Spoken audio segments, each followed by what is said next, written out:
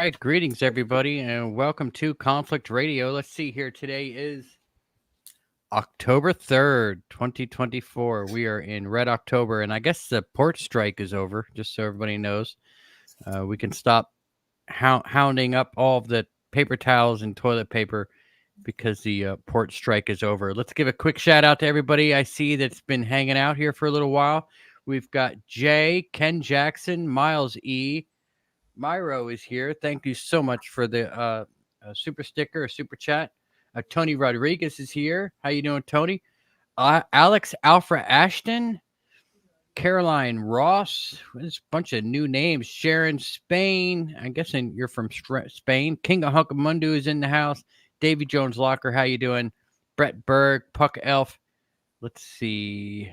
John Dorch, Mystifying Mark, Irish Lassie, Jersey Dolphins, Guy Therotic, and Magic. Elena Noble is here. Gorgon Zola, Deanna, Kuna Russo, Not Quite Human. How is everybody doing today? On the show today, we've got a special guest, Elena Danaan. Now, Elena has worked many years in Egypt as a field archaeologist. She also studied shamanism, earth traditional spiritualities, magic, and alchemy. She was trained and ordained as a Druid extraterrestrial contactee since childhood. Elena is the Earth emissary for the Galactic Federation of Worlds.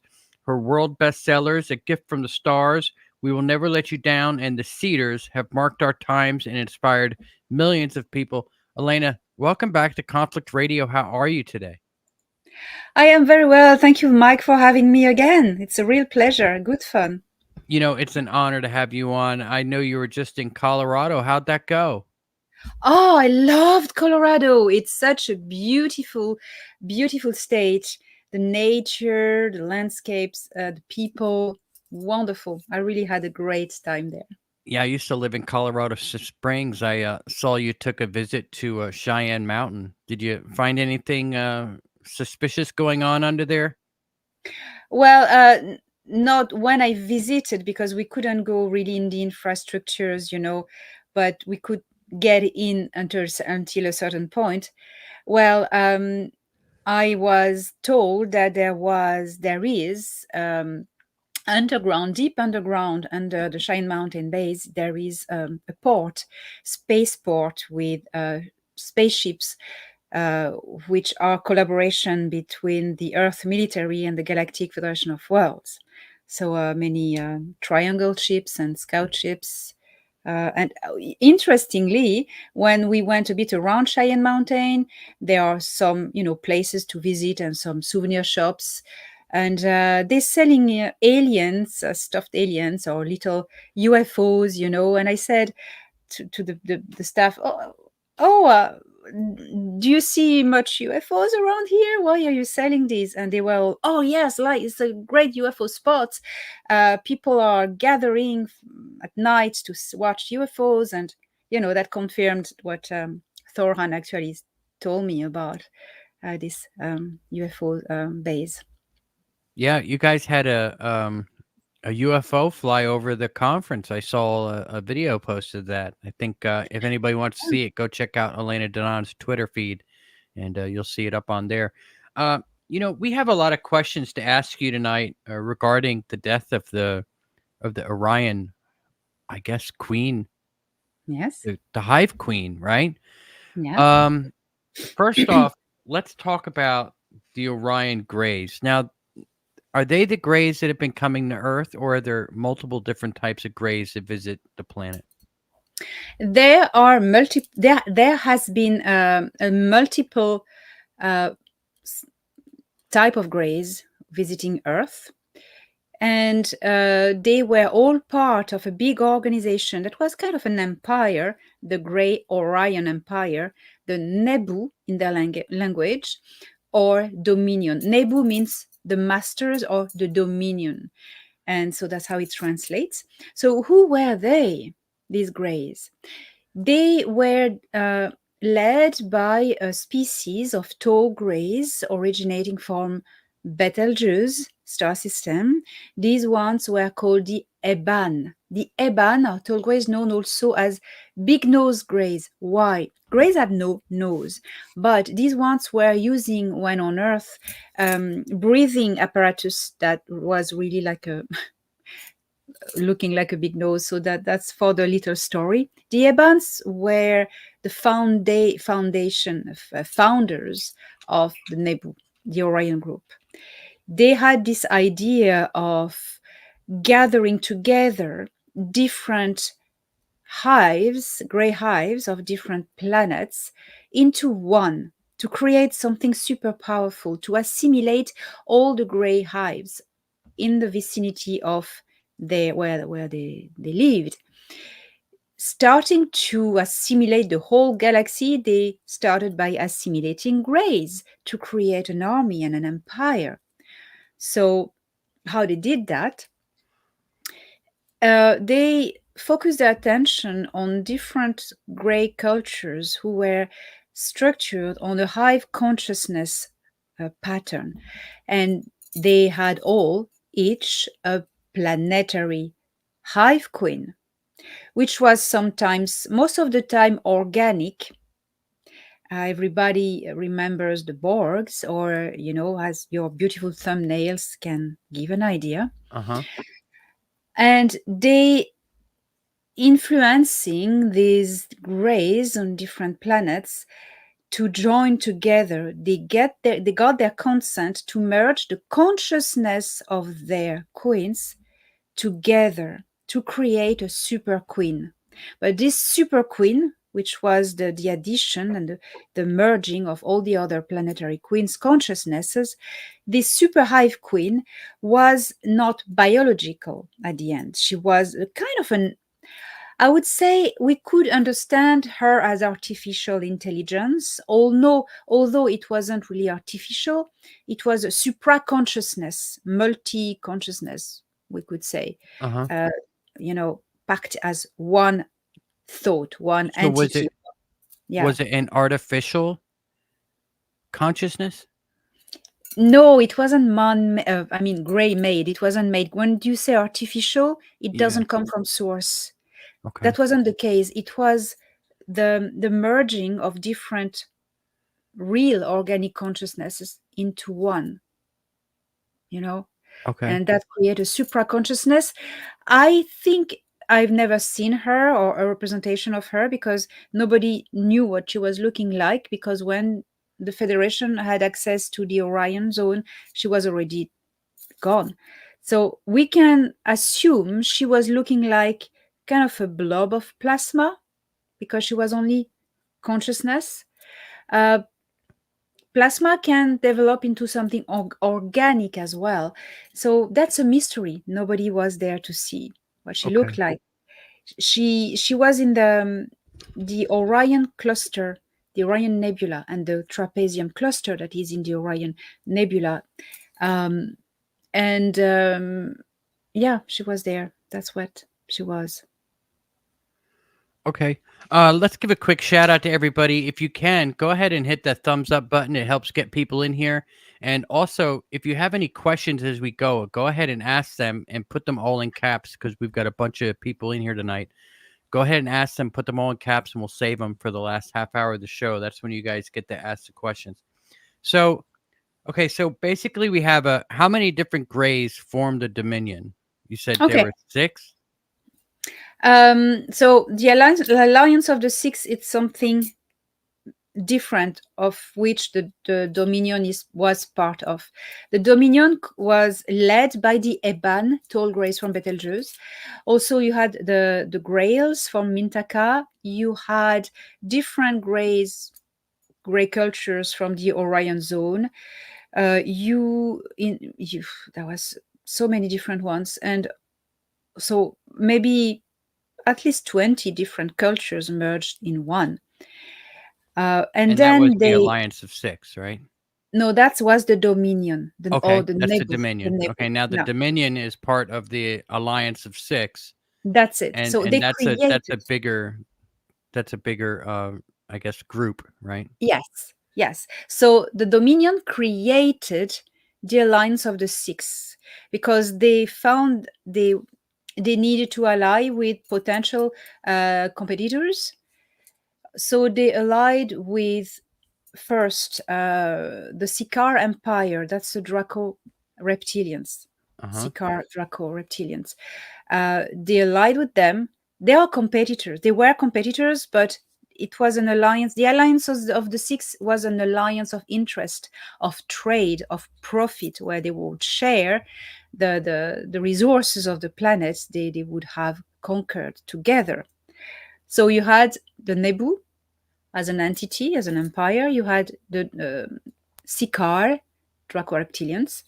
You had the Kili Tokert. So these ones come from constellation Vela. They are tall whites. They are the tall whites that were in the Area 51. That's them. And they are traders. They're not really bad people, but they are just traders in nature. And they have no ethics for trading. They can trade slaves, lives for all kinds of purpose. So Kilito Kurt, that's the third. And then you had the Solipsirai. Solipsirai, they are interesting. They are gray species from Cygnus who had their spirit of conquest, but they were assimilated. And the Solipsirai were kind of a threat to the Dominion because they are not hive. They are individuated consciousness. So to assimilate, it was a little bit more tricky, but they managed to assimilate most of them. And then, so you had the Zeta Reticuli, small grays. They are very well known. That's the fifth one. And they served as slave force. And they were always sent first to conquer worlds because they are small and they are the less scary of them all. And they would be the one to say the same, to tell the same narrative to every planet they wanted to have. We are you from the future. We need your DNA. Please help us abduct some people. Okay, sign there. And it was the lie that was the beginning of the end for the said world. And the sixth of the alliance of the six was a species of tall grays who are not from this galaxy, Nataru. They are from the galaxy Andromeda, the nearest galaxy to ours. And they are really evil. They are the most evil of all the grays. They are called the Maitra. And the Maitra are very aggressive looking in behavior. They have a very ugly face, very wrinkled, and they were performing a lot of abductions. So all of these people were present as the Alliance of the Six on Earth as well, in the deep underground military bases where they had the Badites had their headquarters. Okay. So the the queen of the gray queen hive queen, I guess, was only in charge of the Dominion. Yes. Okay, so that was just one of the six. Yes. So let's get into how they went. Now, who was it that took out the hive queen? A brave science officer working for the Galactic Federation of Worlds. His name was Dan Thor. He worked actually on the space battle station where Thoron works, so they know each other. That was cool. How it happened? It was December 30th, 2021, when the solar system was in the process of being clean from all the Greys and Dracos, etc. There was this big war ending, clearing everyone from the star system. The Dulce base, which was the biggest hub of abductions and misdeeds of these guys. In the Dulce base, there were the Eban officers who were the ones who had met with the Majestic 12 in 1955 and struck the deal. So they were at Dulce base, these officers, Eban officers. I remind the Eban were at the head of the Nebu, the Dominion Empire. So these ones were high grade. They escaped, of course. and they were caught. So to catch grays, it's very difficult because as soon as they even think they're going to be caught, they disconnect from their body and they remerge their consciousness to the hive, to the queen. So they escape. So the Federation had this idea to freeze them in a frequency beam by surprise that their consciousness couldn't escape. So they froze them, they kind of put them in stasis, in containment, and then they just had to take them.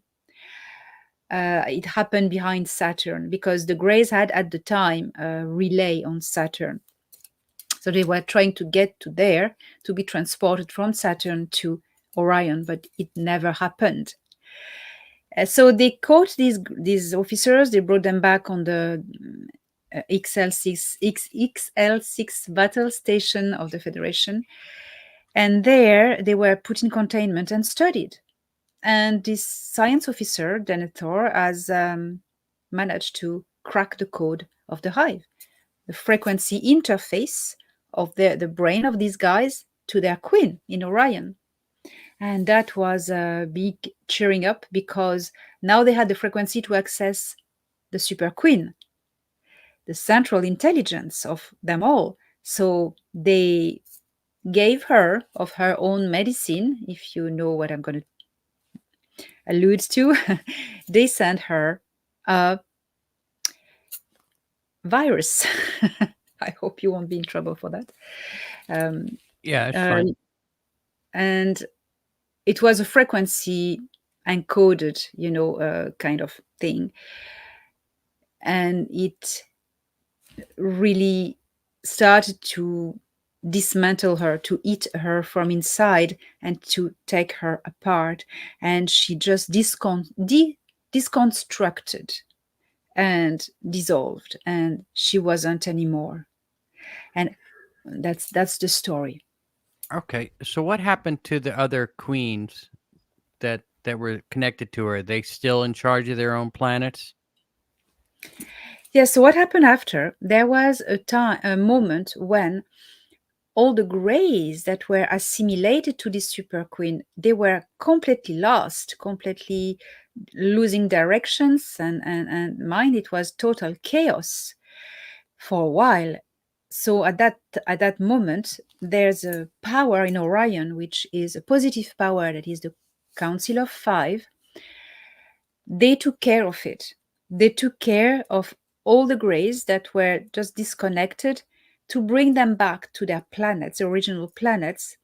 And once they gathered together on their planets, they reconnected to the planet consciousness, and it's how I understood it, they found their queen consciousness again, their own queen, their own planetary queen.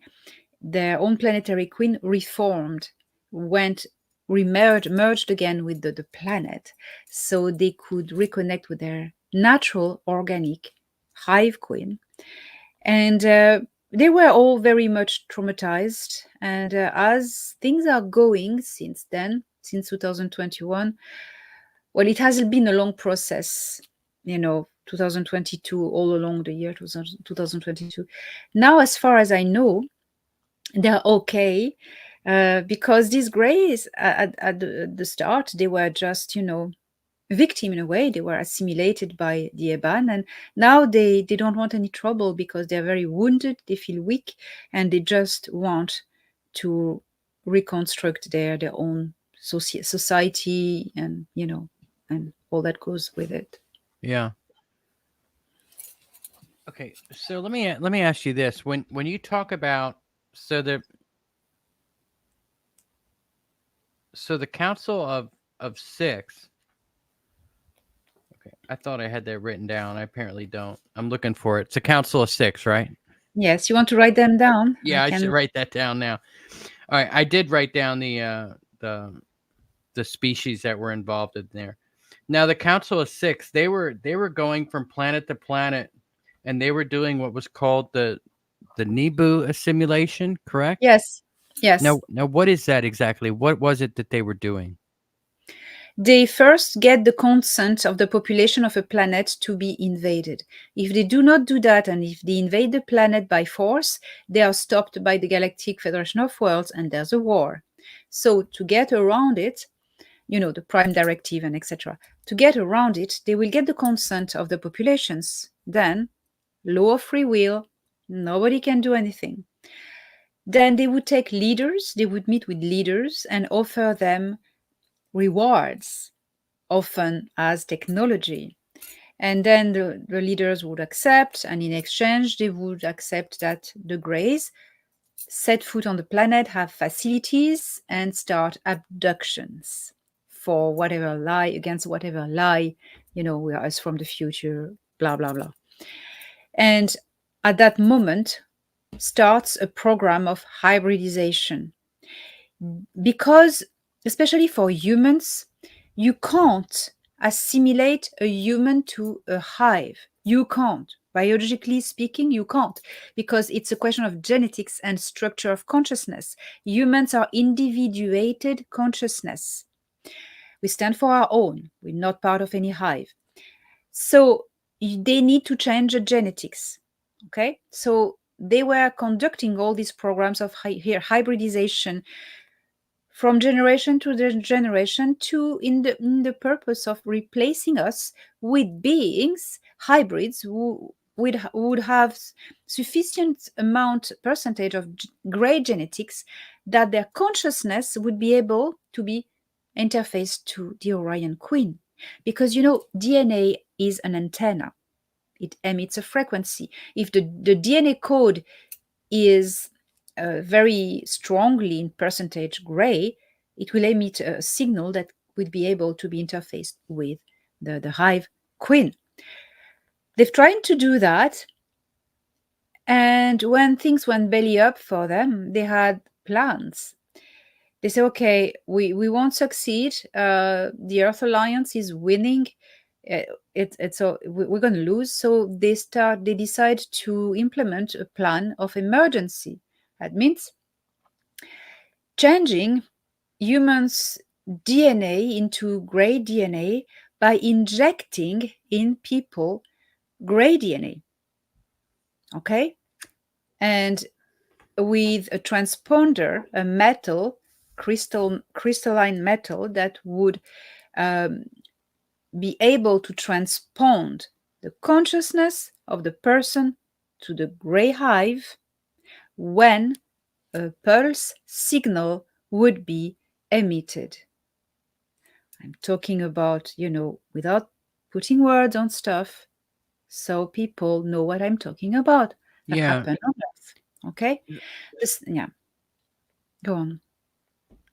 Okay, that's a lot. So I mean, we all know that what we call it the cure on our channel here. We call it the cure, and everybody that follows conflict knows what we're talking about. The in the The arm cure. thing, the cure. Yeah, it's kind of a play on words.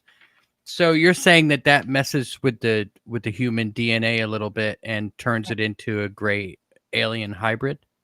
Yes, yes, yes, yes. Well, we've had the example of babies who were born as gray hybrid looking, you know what I mean, with big black eyes, different behavior, different abilities, But the thing is, because something positive needs to be said, which is the truth, the signal never was the pulse signal that would have interfaced the people to the cure, to the gray hive, never happened. This signal was never sent because the grays were dismantled before, because their purpose was to have the most population as possible before they turn on the signal, which never happened and will not happen.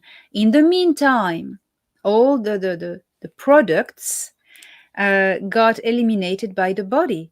The body has this formidable system. It's not the immune system. I don't know if it's lymphatic system. It's something that eliminates the poisons with time. And some people who had fragile health, unfortunately, didn't make it, but because it was quite hard poison. But most of the people who did it after, after 6 months, it's gone off your system, So be reassured that if you haven't had any problems in the 2 weeks following it, oh my gosh, you're fine. You're totally fine. Yeah. Hopefully, hopefully everybody's kind of woken up to that and aren't doing that anymore. I know I still see Yeah, commercials for it and stuff, but I know. hopefully most of the world is awake to the dangers of that, and Yeah. that's not a good thing. Now, I want to. So this is about reading people's minds too, isn't it? If they were able to connect us all to a hive mind, wouldn't they be able to read our thoughts? Of course. Of Now, course. Hmm. I'm asking this because I have literally been sitting in front of my TV thinking about something. Like I'm thinking it, and then I'll see an ad for like I'm thinking I need to buy cat food, and then I'll see an ad for cat food on my television. And I swear it's not just me. I've seen other people talking about it, how they literally thinking of things and then they're seeing an ad for it. Could they have already been doing this for advertising purposes? I think that's called psionics or something like that. Yes, I think they, but that's the alphabet agency that can do that. I know they can send beams or frequencies or something that is able to read your mind. Or I think that's what it is. I think that's what it is. Or sometimes, you know, in computers or phone, there are captors that can capture your eyeballs movements, your face, the movements of the muscles of your face, or something you've said. You know, they are the perfect spying machines, especially the phones. So it can be that as well. I think I would say more. Okay, so if we've kicked all of the grays off of the planet Earth, right? Who's here now that's causing us problems? Is it just the hybrids? The hybrids are not the problem. The problem is the human leaders. I stopped calling them the elites. I'm calling them the predator class or the parasite class. I think predator class really depicts who they are. They are the problem because the ETs have gone. The pyramidion above the pyramid has been cut off. So now they are headless chicken running until they're going to die and fall. But the most vicious moment is when a beast is wounded. We must be very careful. The greys and the reptilians have been taken off. The hybrids are not connected to the hive anymore, so they are a bit lost in translation. And if there are hybrids here among us, they are not harmful at all. The only harm they can do is to cause confusion and uh, postpone the awakening of humanity by bringing confusion, false narratives, supporting grays, supporting hybrids, to halt and the truth and the disclosure. They would say that they are same old as from the future, etc., etc., and confusing people. But confusion never lasts. Never stand the test of time. So it just people are developing discernment, knowing that the future of Earth is human, not gray. So only knowing that, you see through their games. They're just repeating these hybrids programming. So it's a bit sad, but that's Yeah. it. Now, do they know what's going on? Do they know? Like, do they believe that the grays have been pushed away, or do they think that they just lost touch with them? They think that they are thinking they've lost touch with them. Some are thinking they're even there in spaceships or wherever. But it's only a program that has been implanted in their mind and running wild, without any supervision anymore. So they will defend to death what they say because they believe it. You know, there's no better liar than a liar who believes in his lies. So that's why they've been engineered to bring these narratives. Well, I've I've mentioned last time you interviewed me about the mothers and the fathers. We're not going to go back into that, but that's also something. Yeah. Yeah. So, so basically, it seems to me that there's a lot more war and conflict in space and than than I had originally thought, right? Like, you tend to think, oh, well, the aliens aren't messing with us because, we're such a violent planet. We're always fighting wars against one another. But it turns out they're doing the exact same thing up there. I had a Tony Rodriguez on, and he was talking about how there was one ship that just decided, I guess there was a bad trade deal or something that they had going with this planet, so they just nuked the whole planet. I Yeah. mean, is that what goes on? I mean, Yes. do we have to worry about a species of alien nuking our entire planet because, they didn't get the gold that we were supposed to mine? Well, the solar system, the solar system is secured, so nothing is going to happen now. There are so many forces here to protect us. That's unbelievable. You have the United. Now it's the United Galactic Alliance. It's been the Galactic Alliance for a while until the Anak Empire or Anunnaki Empire joined the Galactic Alliance. It was a historical first. So, and the Intergalactic Confederation as well is there. The Cedars, they're there as well at the edge of the star system, and few ships around Jupiter and four in orbit of Earth. So we are totally safe, totally safe. That said, the the creation in its globality is has a dynamic force of evolution, and the dynamics of evolution involves a competition between the forces of creation and the forces of destruction. That is what creates evolution, because um, a consciousness unchallenged will not evolve. It needs to be challenged to become smarter and stronger. So that's what's going on. So everywhere in the multiverse, there are conflicts. They are the building blocks of evolution, I mean, consciousness evolution. And for the moment, at the moment in the Nataru galaxy, this galaxy, there is a big war against the Sikaar Empire, the United Galactic Alliance, and the Sikaar Empire, which is the Draco reptilians. They are taking really a hit, and there are many worlds that are being liberated from their tyranny. So that's what's going on at the moment. There are new alliances being struck. It moves all the time.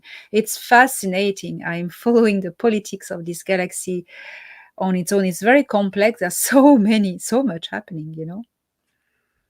Okay, so now that you said the Galactic Federation was fighting the Dracos, they were part of the Council of Six. Are they fighting the other four as well? Or So interestingly, no, because the other four uh, signed off when they realized they were assimilated and used, and they've taken a lot of hit. The Solipsirae were assimilated a lot, 2/3, I would say even 4/5 of their population was assimilated by the Nebu. They suffered a lot. Zeta Reticuli, the whole star system, double star system, was assimilated, and now they're reconstructing their own cultures. It's very difficult, very challenging.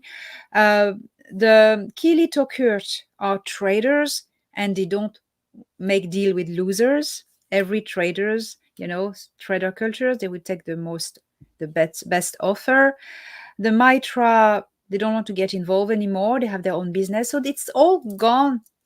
It's gone. So they are all for themselves each. okay, so out of the Council of Six, uh, the Dominions have been eliminated. The Draco are still fighting, and the other four have retreated and gone back to their home worlds, and they don't want to fight anymore, right? Yes, that's it. Okay, so basically we have the Galactic Federation now at war with the Dracos, and that seems like, I mean, compared to what it was, it seems like the Dracos will be pretty easy to mop up now at this point, right? Yes, because it wasn't easy until now. It was a big project. Nobody was sure about it. But since the Anach Empire took the decision to join, that was it. There is also another big culture, the Negumak, Gnomopo. They are giant insectoid, arachnoid, in fact, and they are very powerful culture, and they are the only beings in that galaxy that the Dracos fear, because these Gnomopo eat Dracos. They're huge, they're enormous. I've seen one particularly, well, there were three, but one was close to me. I, I freaked out.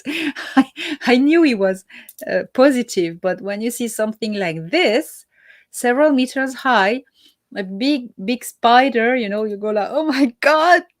But then you need to take on yourself. But so they struck a deal with the Federation. They actually joined membership with the Federation.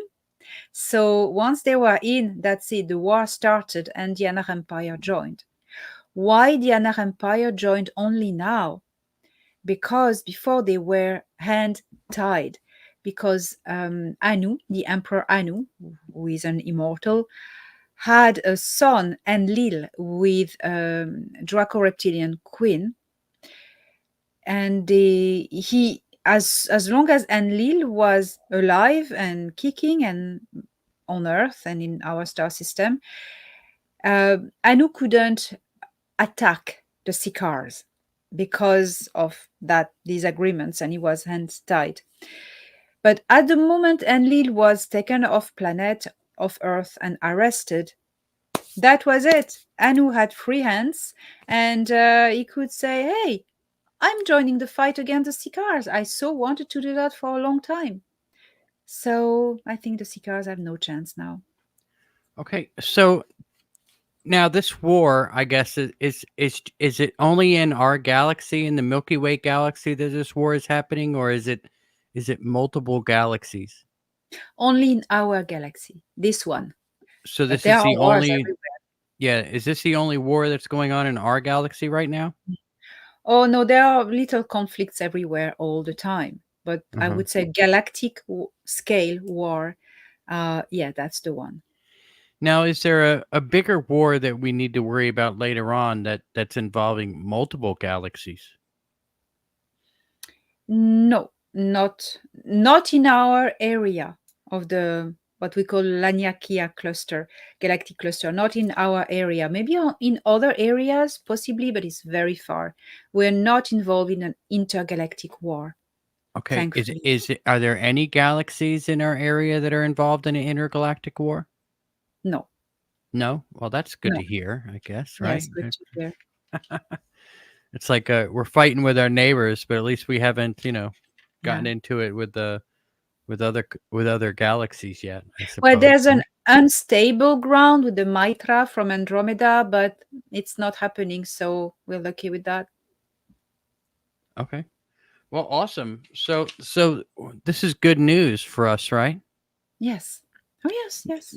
Now, I have heard that there is that there was. We talked about this earlier. How there was a soul trap device on the moon, and it was keeping us trapped in a what's the word, reincarnation loop, right? Like we're Yeah. forced to reincarnate here on Earth. Blah blah blah, all that stuff. That's been removed and destroyed.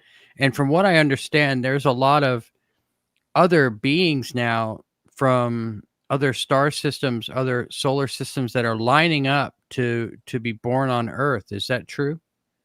Like there's literally like a Yes. take a number, right? Like they're all wanting to come here now. Like we're the new tourist destination, Earth, right? Well, yes. Once you've reached the completion of your cycle of incarnation on your planet, homeworld, you can uh, incarnate on other worlds and to continue experiencing as a consciousness, to evolve. Now, once you've done everything you could do on your home world, you're looking for a new challenge to become smarter and stronger, as I said. So Earth now is safe. So the reincarnation tourism has taken off, but not only. What is about to take off is the physical tourism. There's a hub that is in construction in the gravitational field of Jupiter, and it's going to be a commercial hub. And a lot of people coming there, visit our star system. Now, are we going to have to pay for that? Not the resident of the star system, but the ones coming in. Yes, they pay a tax to come in, to come to the hub anyway. That will benefit the whole star system. It will be split between the what will be called the Sol Alliance.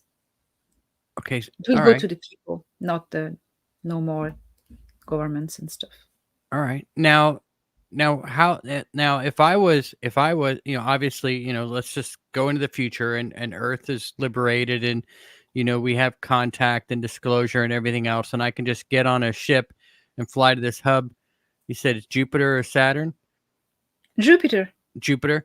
So I'm going to fly to this hub. What happens if I go to that hub? Can I then go to other star systems, or do I need to pay then to go to other star systems? You need when you are a member of the Galactic Federation of Worlds, traveling is free. When you're not, or you're on your own and not taking Galactic Federation of Worlds ships to travel, you have to pay a pilot. Find a pilot and pay him to or her to or it. Like Han Solo. Yes, like exactly like Han Solo. Exactly. And there's a Stargate, a natural vortex Stargate behind locked in the gravitational field of Jupiter, that is easy, to go everywhere. That's why they build the hub next to it.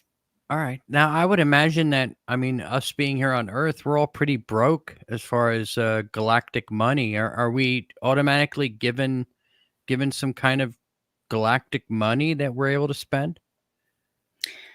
When we are member of the Galactic Federation of Worlds, everything is free in the facilities and the structure of the Galactic Federation of Worlds, the food, the basic clothing, etc. But if you want to trade with other cultures, buy your own. They have a currency that is a global currency. It works with it's a holographic frequency. I couldn't explain exactly how it works, but I've seen it working. So people would have a holographic sheet in their body, under their skin.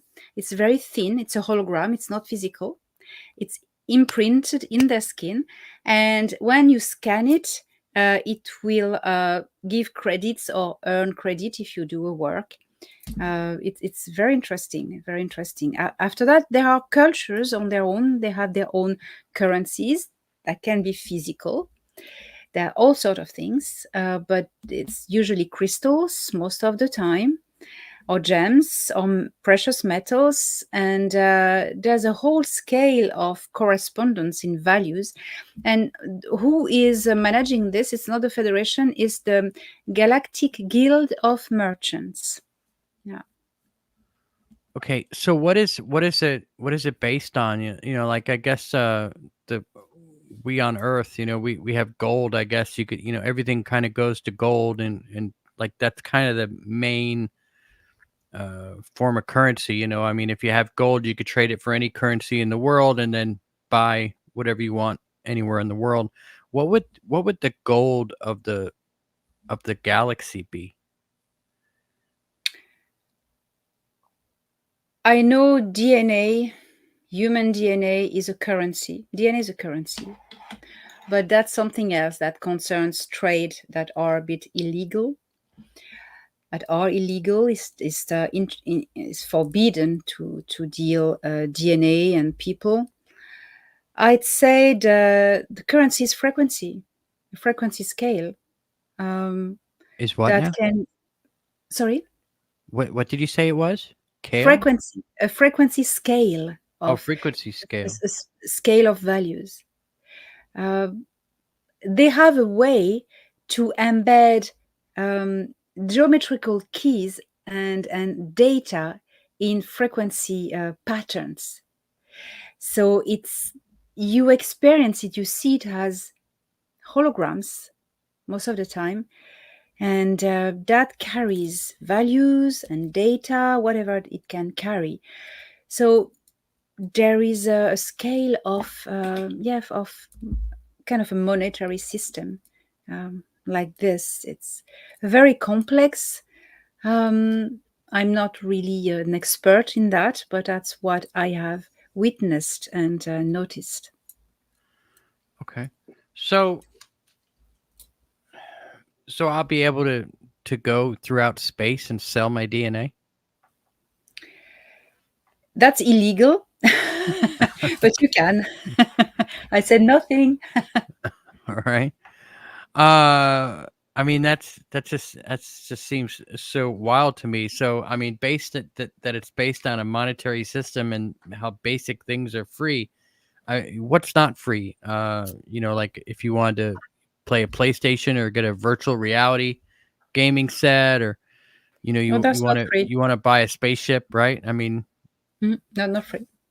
yeah. If you So you want have to to buy all buy that. it as your own, no. The Federation provides food and basic clothing that you have the basics and free facilities, free lodging in their facilities. But if you want to have, and it's common properties, but if you want to have your house of your own ships, and get mad on fashion, or go for big exotic meals, or buy all sort of technology, it's your own currency. All It's right. not So free. is there regulations on, like, I guess if I was in space and I started up my own business, would there be a galactic regulations on how big my business can get? Or is it, I guess, like a, capitalistic, like capitalism? Is it socialism? What's the system? I think it would be more related to socialism. Everyone can have their own business. uh, be careful of the ethics. There are two things that are forbidden to trade by ethics, by law. It's slaves and weapons. So that is regulated. Well, weapons selling is regulated. Slaves trade is forbidden. Then, if you want a protection, you can enter the Galactic Guild of Merchants. So you will pay a tax on your profits to them, but in return, you will be protected. It's like the So mafia in Newark. the mafia, yes, yes, yes, but in a nicer way, not in a, they don't go and kill people if you don't want to. They don't do that. It's just all they want is a tax on your profit, and they will protect you. So that's what the Galactic Guild of Merchant is. They're very powerful, and they have a space on every galactic hubs in the galaxy. Do they have like police? Yeah. Like if they're like, what if one UFO crashes into another UFO? Do they have UFO insurance? uh, I never And asked them that do you kind of have question, but I courts? suppose so. They would. I suppose they would. Why not? And they'd have courts, right? To determine somebody's liability. Yes, they have that. Oh, yes. When you commit a fault that is against the laws, yeah, you appear under kind of a court. Yes, yes, yes. Do they have like death penalties for anything? No. That's very. Thank you for asking this question. No, they don't kill. Well, I'm talking about the Federation. I think the Yeah. Galactic Guilds of Martians is the same. They don't kill. What they do, they are going. If you are a criminal, you're punishable of something you've done against the cosmic laws, something bad. You are going not to be killed. You're judged guilty, so you will be sent to one of the numerous prison planets. What is a prison planet? Well, It's a that's planet. Earth. Earth. No, it was different. It was called a prison planet at the time because people were locked there and imprisoned, but by the device on the moon. But that's another story. A real prison planet is a barren world where you can breathe. There's an electromagnetic field with nature, basic facilities, but you're on your own or with other criminals, and you are monitored, and you are going to stay there as long as you want to remain mean, you know, a Yeah. criminal. If you change, it's like a spiritual camp. If you change your mind and you decide to change your frequency and become a good person and take the spiritual way, your frequency will change, and frequency doesn't lie, and you will be liberated and sent back to your home world different, so they are provided with spiritual teachings, offered. They're not obliged, and that's the only way out. Okay. So does that mean like when they die they'll be able to start over again, or Yes, are they in a reincarnation trap where they're stuck on that planet now? they are. I don't think they're stuck on that planet because they are not originally from that prison planet. They will Hmm. reincarnate on their world, Okay. their home Now, world. what about the idea of soul contracts? Now, wouldn't the Galactic Federation take into account that there's soul contracts, and that if somebody kills somebody, that it might have been a soul contract to do so, and therefore they shouldn't go to the prison planet? That's taken in account. Yes, yes, yes. Okay. They go anyway, but when it is scanned that it's a soul contract, that will fasten the process of spiritual liberation. You know what I mean? Uh-huh. So the person will be liberated faster. So they have the technology to scan somebody and Yes. see what their soul contract is, or can Yes. they see what everybody's soul contract is? Yes, even the Earth military has this technology, you know? Okay. Let me ask you this: what kind of like do they have like a 10 commandments? Ah, Like like the 10 basic laws of the Federation. Like what would they be? that's the Prime Directive. The Prime Directive is based on the cosmic law of evolution. It's not a legal invention of laws, it's the cosmic laws of evolution, of non interference in the development of species, that is translated into a set of laws of behavior. It's called the Prime Directive by the Galactic Federation of Worlds, and it has other names. You have a different one, a different version, which is named the Dayakura, which is the Anach version or Anunnaki, and they have the more spiritual. It's more complete.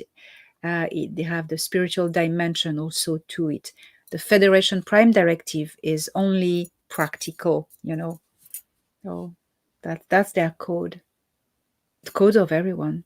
All right. It's just fascinating stuff. So what if it's your soul contract to break those laws? You'll be punished, sent to a prison planet. And then you'll be reincarnated back on your own Yeah, planet, and you can do whatever you wanted to then. Now, yeah. can you just be reincarnated, like, obviously Earth, like, say for instance when I die, I decide that I'm ready to leave Earth and I'm going to go somewhere else. Do I have to have a soul contract to go somewhere else, or can I just go somewhere else and live a happy life however I want on whatever planet I want to? wherever you want. You choose. All right. Well, that sounds fun. It All right. is. So Not you want to always. tell? Why don't you tell everybody where they can find you, and then we'll get into some listener questions. Okay. Find me on YouTube, Elena Danaan, my YouTube channel, Elena Danaan Official. And you have also my website, elenadanaan.org. And under my name, I have Instagram, X, Telegram. Find me. Okay, and just so everybody knows, all of the links are down in the description box below. I see we've got a ton of questions. Now's the time to ask them. I see everybody's asking all kinds of them. Indiana, we'll start with this one. Indiana Jones says, "Is offing yourself a bad thing in terms of soul contracts?" It's. Can you repeat the start of the question, please? If you unalive yourself, is that bad for your soul contract? Oh, um, Like if you do maybe, yeah, yourself unlike in. that, I understand. Yeah, Uh, I'm trying not to say the word. yeah, thank you. That's why I want to make sure, of course. If it is, it may also be part of your soul contract to experience this. But if it is not, and you do it because you don't want to have to complete your soul contract, well, you'll have to do it again until it's done. You'll come back in the next life and it will be harder, you know. Yeah. Yeah. All right, everybody. So let's get into your questions. Do give us a thumbs up. It does help us with the algorithm, help the channel get noticed, and get us a little bit more love. I really appreciate it. The Wilder side says, okay, this is Courtney. He's talking about Courtney Brown calling you, saying that you're a liar, and everything you say is fake. Do you have any? Sorry about that. Do you have any response to Courtney Brown? The people who follow my work since 2019 know that I am not a channeler. I experienced channeling at the beginning and I quickly discovered that it was very dangerous and I stopped very quickly. I use technology to connect with my extraterrestrial contact and sometimes telepathy with some others. I do not do channeling and I am fighting against channeling. So only people who follow my work know that I really warn people against the dangers of channeling. I have my information from direct physical contact, and it's okay. It's okay not to believe me. It's okay. Everyone has their own journey, and everyone chooses to experience um, certain path, and it's okay. It's okay. So, I stand by what I know and what I experience, and I bring my information. And if Yeah, other yeah. information is out there, I'm not responsible. I'm I think responsible only of what I it's bring. one of those things that people just need to come to their own. What is their gut Yes. feeling? What is their Yes. own um, brain telling them? About every and just don't just listen to somebody shit talking. Listen to years and years of what they've been doing and how right any of that has been. Uh, Let me ask you about Bashar real quick. Do you know Bashar? I have heard about him. Yes. What do you think about Bashar? Do you think that's a real entity? Do you think that's true? And have you heard anything from the Galactic Federation on Bashar? So I have heard a lot about him, but I have never watched any of his videos. So I'm not really able to have a very definite, comment. But all I know is that anything that is involves communicating with gray aliens is no good, be it if you are hybrid or communicating with hybrids, grays, or with grays themselves, and promoting the grays as good people or their agenda. Well, when you do that, you are their victim. You are promoting them, so you are their pawn. So that's all I can say globally. So uh, when so that's it. That's all I can say. All right. I have to be a little bit more careful what questions I throw up there. I did want to ask you about Bashar because I learned about him, I guess, a couple weeks ago, and I haven't really gotten into much about it, and just kind of wanted to ask you about it. Gordon Zola says, "Hello, Elena. Is there such a thing as space tourism or galactic tourism? Do people have privately owned spaceships?"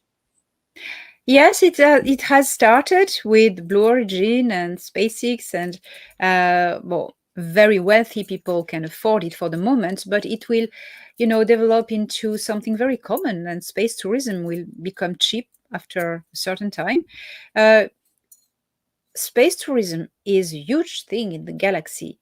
Oh my goodness, it's huge. There's a lot of it. Yeah, it's a very common thing. All right. Enlightened Truth Seeker says, Elena, thank you for educating us all about the galactic beings.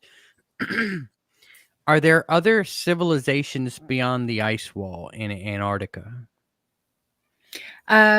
I do not believe there is an ice wall beyond Antarctica, so that would be my answer. All right. So it's a obviously it's a globe planet, right? And Yeah. there's obviously some kind of base down there, right? There's an In intergalactic. Antarctica, yeah, Antarctica is a continent, and there are a few bases there that are from different factions. There was a big base of the Dark Fleet, the Fourth Reich, that has been evacuated in 2021. And that's an interesting story if you want one day to go through this. Now all the bases were now are in the possession of the Earth Alliance there. All right. Natasha M says, any knowledge of King Arthur from Avalon was an Octurian? No, I have no knowledge of that. I think he was probably an Earth person.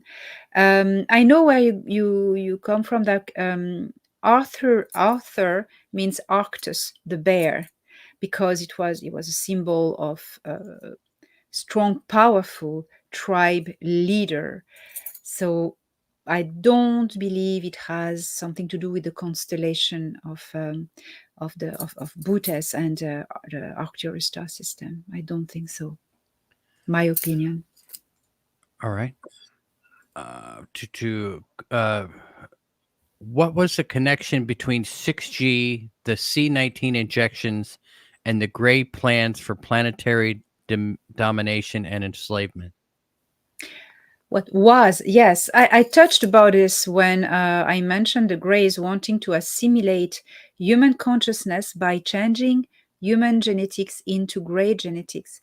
That's why they were putting inside of people a cure uh, that would interface, that would have components to interface human consciousness to the Grey hive by changing genetics. And there was a metallic crystalline component in this cure, in this liquid, that was able to be activated with a special EMF signal, which never happened.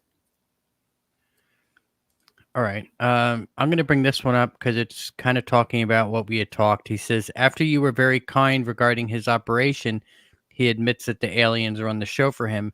Isn't that against the Prime Directive, talking about Farsight and Courtney Brown? What is the start of the question, please? Can you reread again? Can I understand it well? Charles said, after you were very kind regarding his operation, he admits that the aliens run the show for him. Isn't that against the Prime Directive? Oh yes, every time the contact with stage 3 civilization, that is Earth, is forbidden by the Prime Directive. So the Greys went around it and had many contact with people and used abductees uh, as pawns to promote their agendas. So yes, of course, it is against the Prime Directive. Against, yes, and as these people are consentant. At the moment you are consenting, sorry, and not forced, you that's the way of getting around the Prime Directive. Okay. I'm sorry. I'm trying to go through all these questions here. Your thoughts. Mystics say we were in a dream within a dream. For example, We are gods in our individual stasis pods, dreaming time and being humans in endless cycles until we individually awaken. What are your thoughts on that? It's very profound. It's very profound. Uh, my perspective and personal knowledge on this topic is that many star seeds are leaving their body in stasis in a pod somewhere and projecting their consciousness to a fetus somewhere, anywhere in the universe. And after that, they will either choose to go back to their original body in stasis, and otherwise they will choose to reincarnate again on the planet where they have chosen to experience. So that can happen, and that absolutely join what this person is saying. That could be it. Okay. Mystifying Mark wants to know, when is your new book coming out? Yes, I'm working on it. Called Us, the account of my visit on Neptune and then a parallel dimension beyond Neptune.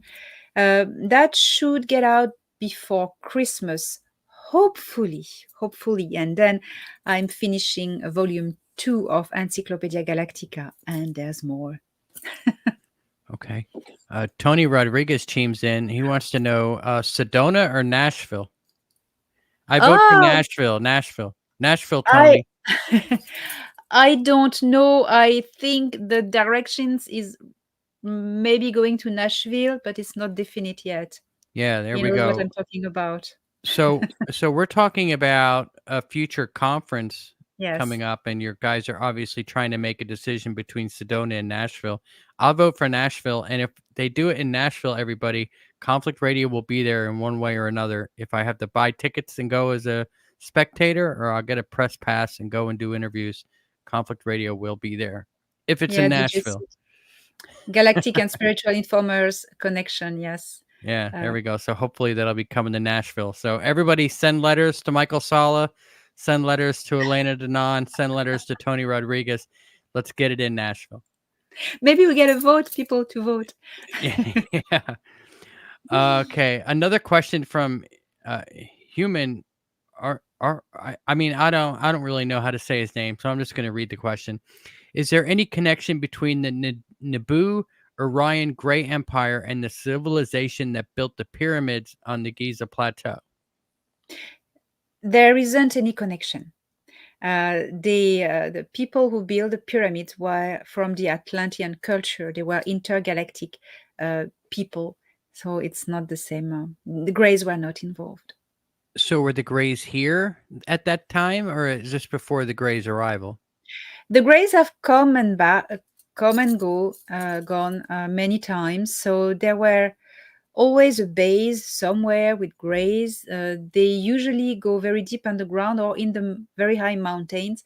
There has been a base of the Greys, more specifically from Zeta Reticuli, in the Himalayas for a long while. Then it was destroyed, otherwise by the Intergalactic Confederation.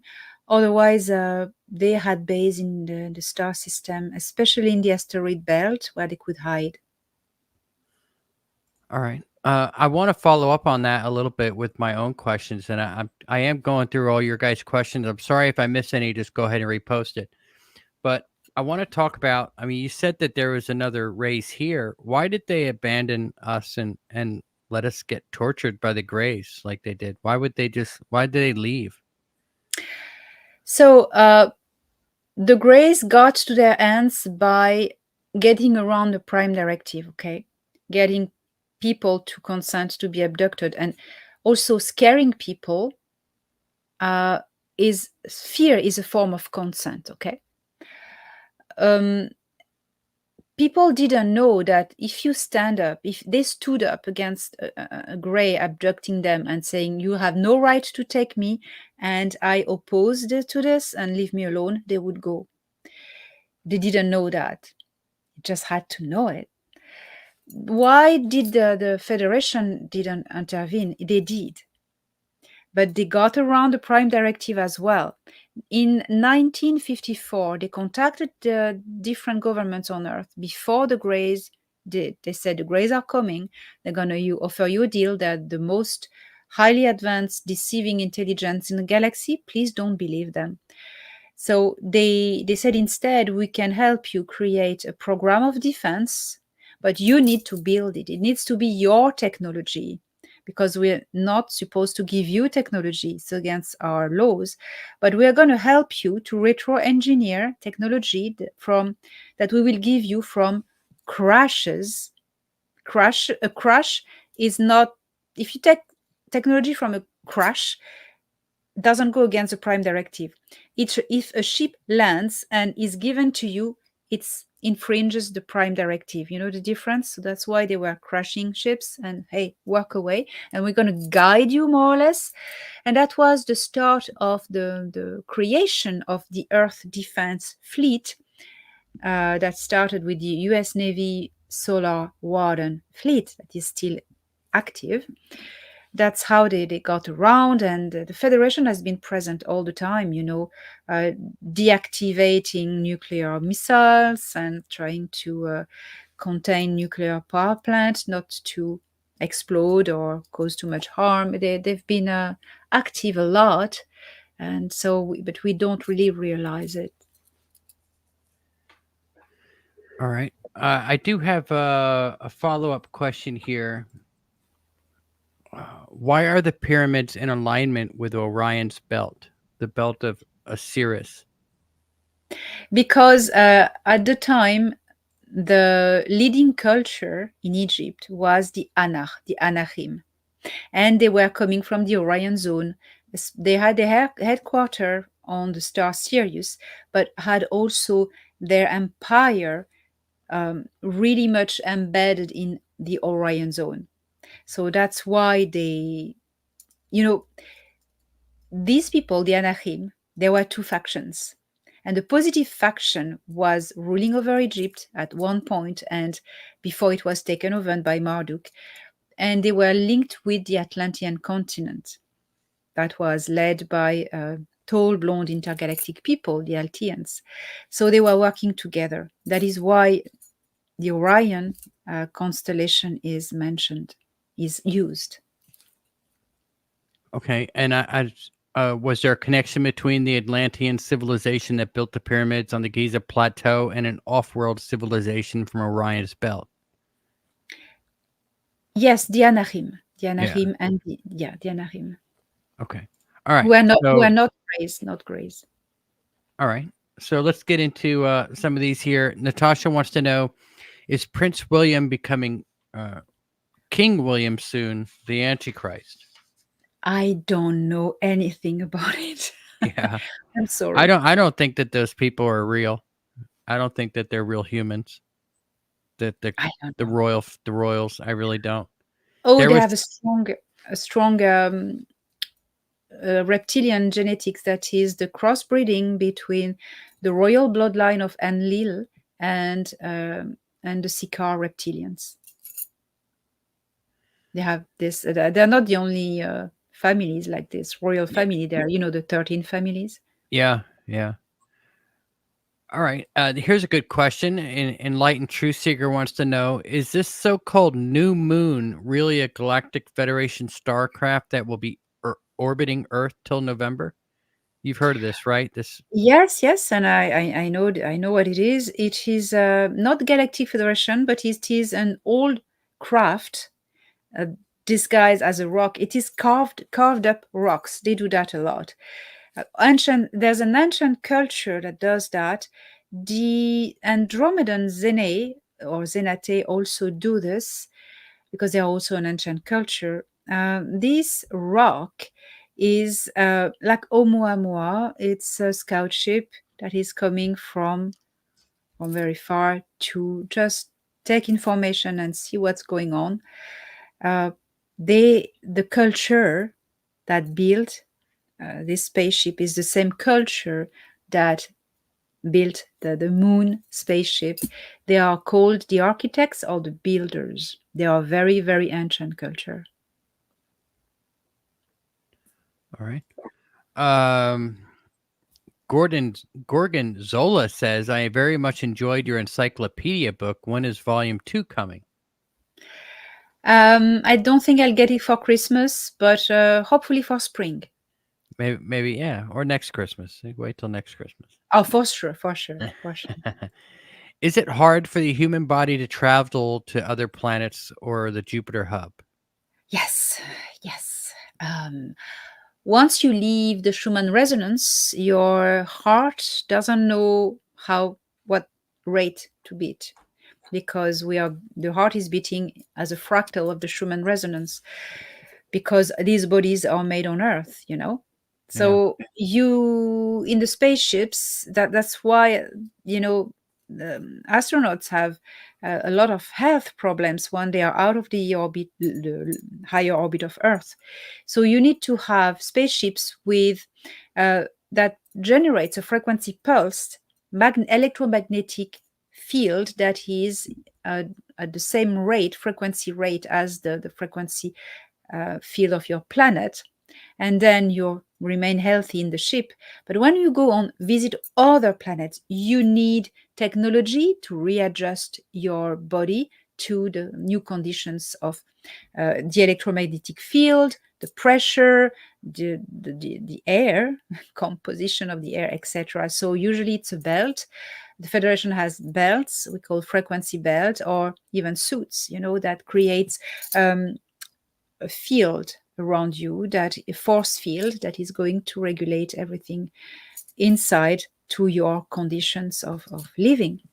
When you meet on Earth extraterrestrials, I mean people in bodies that haven't been made on Earth, they have a different electromagnetic field. You can feel it, it's very different. So that's one tip to spot them. All right. Alison wants to know, will Earth humans be able to purify, optimize, and tweak our genes via the upcoming medbed facilities, since there has been lots of genetic modification with our human avatars? Yes, they will, and the cures are the real ones are already there. There's a lot of medbeds produced, mass produced on the moon, in the undergrounds of the moon, waiting that the deep state loses power to implement them in hospitals on Earth. Because if they would do that at the moment, now they would be destroyed by the deep state. So they're waiting. These medbeds have different technologies. One of these technologies is a holographic technology. That means that you lay in this medbed, you'll be scanned, and the machine will find a younger version of yourself. It will go back in time, sorry, to find a healthier version of yourself and superimprint it holographically to your body. And as the universe tends towards perfection, as my friend Jen Han says, terraformer, the bad cells, dissonant cells of the body will readjust to the resonant, balanced, beautiful, healthy cells.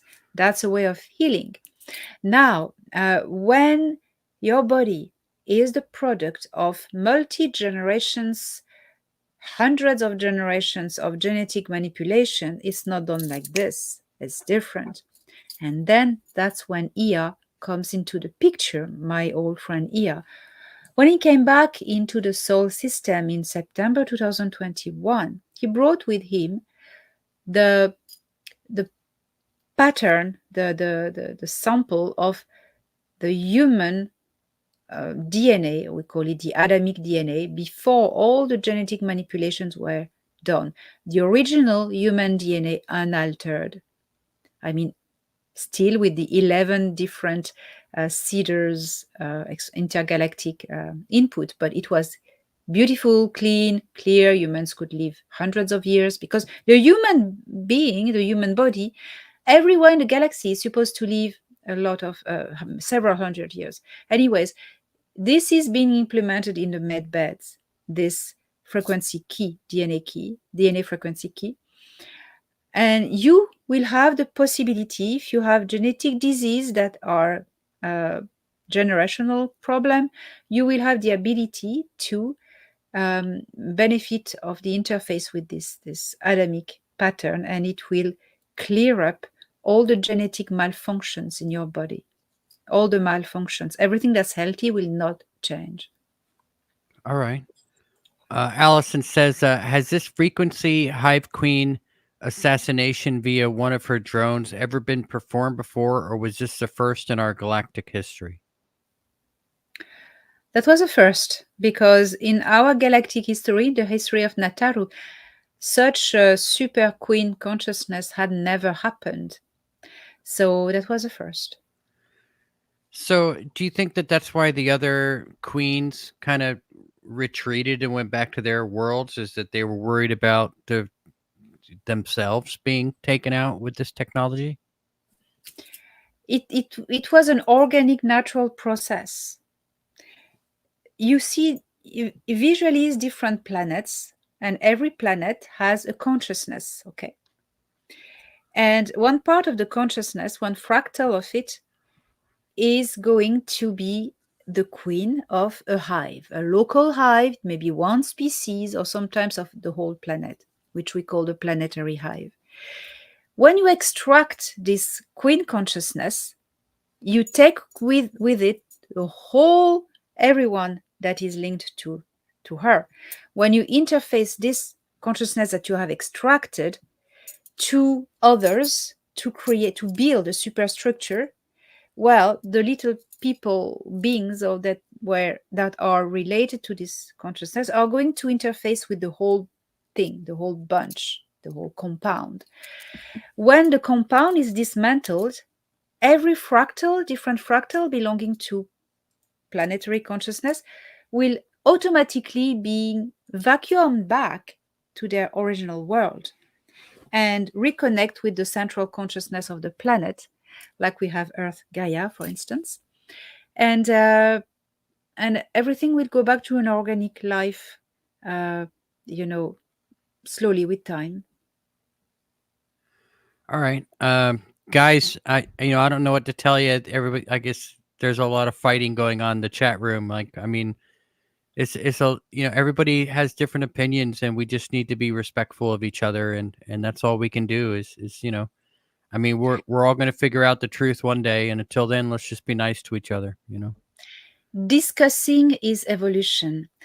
Yeah. Arguing is involution. So, discuss different opinions are necessary for evolution, but discuss and build each other with the richness of everyone else's different opinion.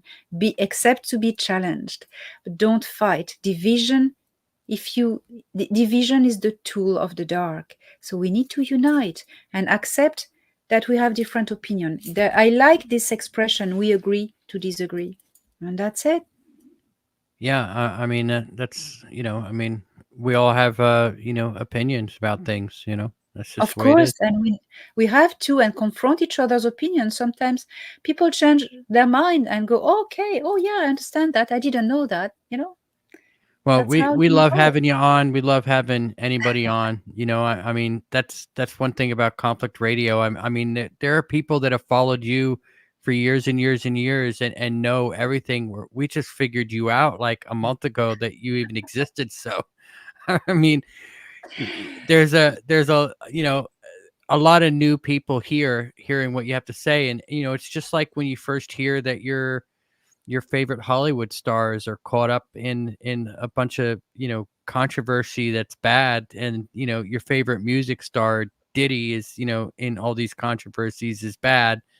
A lot of times when you hear things that go against what you've believed all your life, it's hard to take, and that's just the way it Yes. is. So just stick with it, keep asking questions, have an open mind, and just be nice, be kind. Yes, yes. When you're unkind with someone, if you insult someone, you do not harm the person. You harm yourself because you create a sort of karma, and you lower yourself down into a bad frequency. So always talk in terms of kindness, and if it's freely to hurt someone, please don't. Um, we need to unite. Yeah, yeah, we sure do. I love this question here. I absolutely love it. Uh, from Allison. Since everything is consciousness, then isn't the real war on consciousness? Consciousness versus consciousness? Aren't we fighting the most feared enemy of all, our lower self? When you start this journey of awakening and discovery of yourself, the first enemy you have to fight is the most dangerous of all, is your ego. And once you've understand that ego it's a balance. You need to have sufficient confidence in yourself, but not go over the limit. Be in balance always. It's when you fight with someone, it's your consciousness that wants to confront the other's consciousness. But the challenge is necessary for evolution. May this challenge being nourishing and nurturing for each other, that each other learns from each other, and not destroy each other because you step back in the evolution process. Discussing is evolution, arguing is destruction. So we must keep that in mind. All right. Let's see here. Natasha wants to know, Elena, have you a connection with the goddess Morrigan? You look like her. Because I have black hair. No, I don't. The Morrigan is an ancient Irish entity. No, I don't. All right. I did see somebody here that I want to give a shout out to. Let's see. Danny Henderson Oh my God! is here. Danny, I've been trying to get in touch with you for about 2 or 3 weeks to have you on Conflict Radio. So if you can info@conflictradio.net, you can send me an email or find me on Twitter and shoot me a follow. Maybe you'll find all my messages that I've sent you trying to get you on. To Danny, I'm trying to get in touch with you to get you on the show. So keep that in mind. Let's see here. So I guess you've got some time. I know it's really late where you are, and you're probably, you're still on Colorado time, right? Oh yeah, I'm super good. I'm still on Colorado You're time, wide, so you're wide awake. You're ready to go. There's so many ready to questions. I go. hate to cut them I off.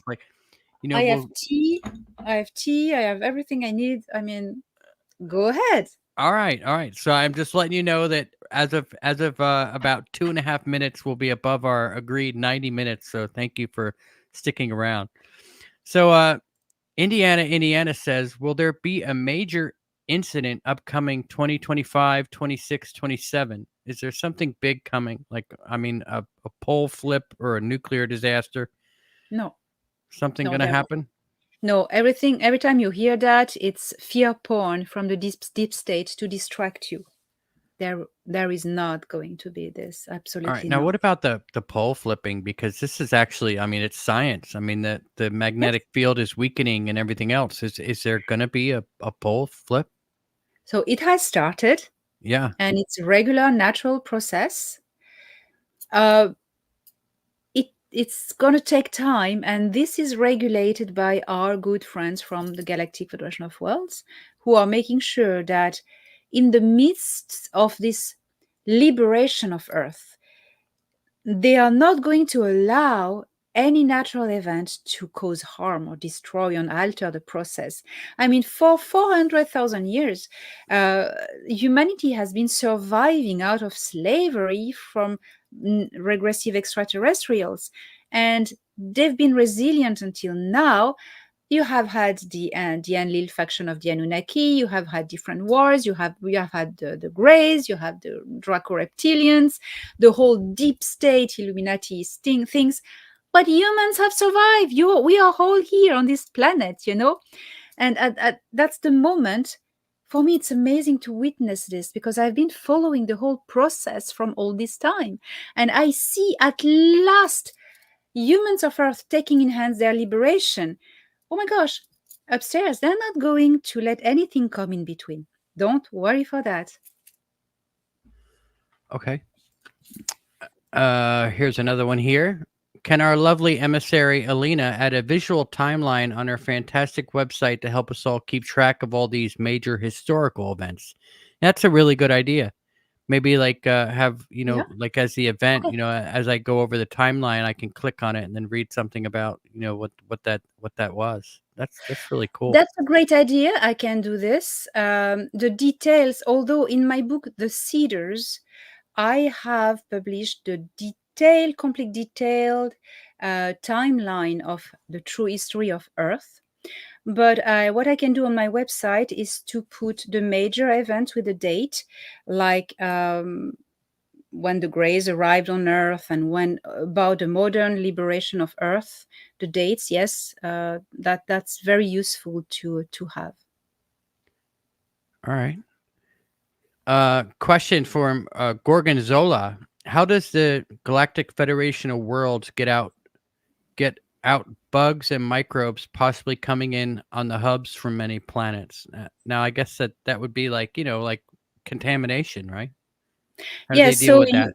that's why you have your force fields, and then also when you have facilities like for instance the hub or spaceships or bases, you have automatic destruction of potentially harming little microorganisms by also frequency.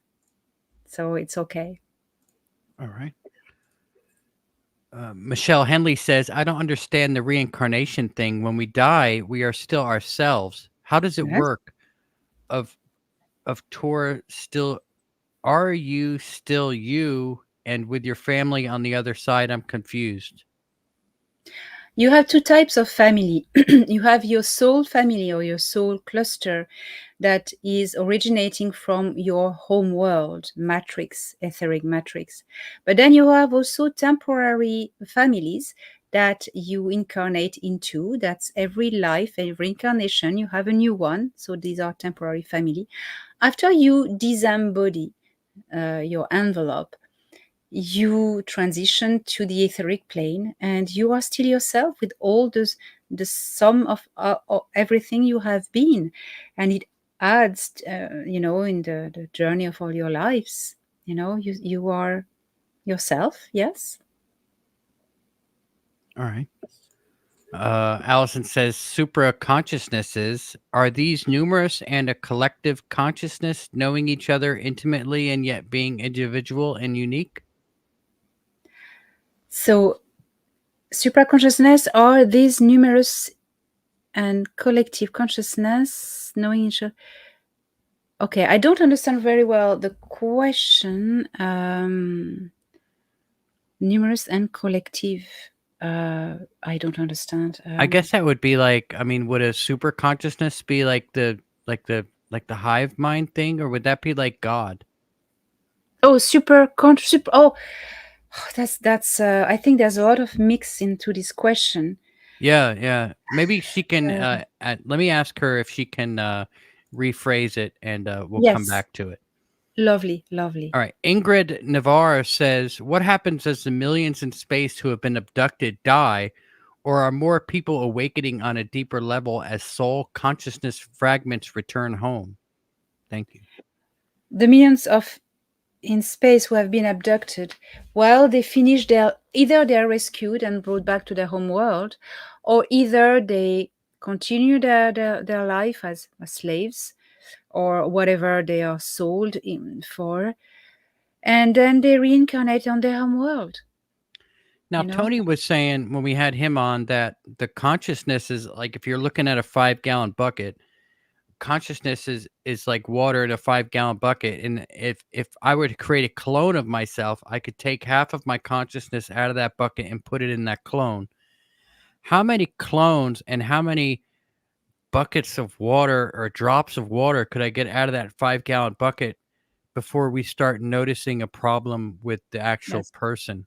So you would create a hive, and either the core consciousness is you, and all the others are your hive extensions. Okay, you will all be connected, like of a same hive mind, experiencing hive mind.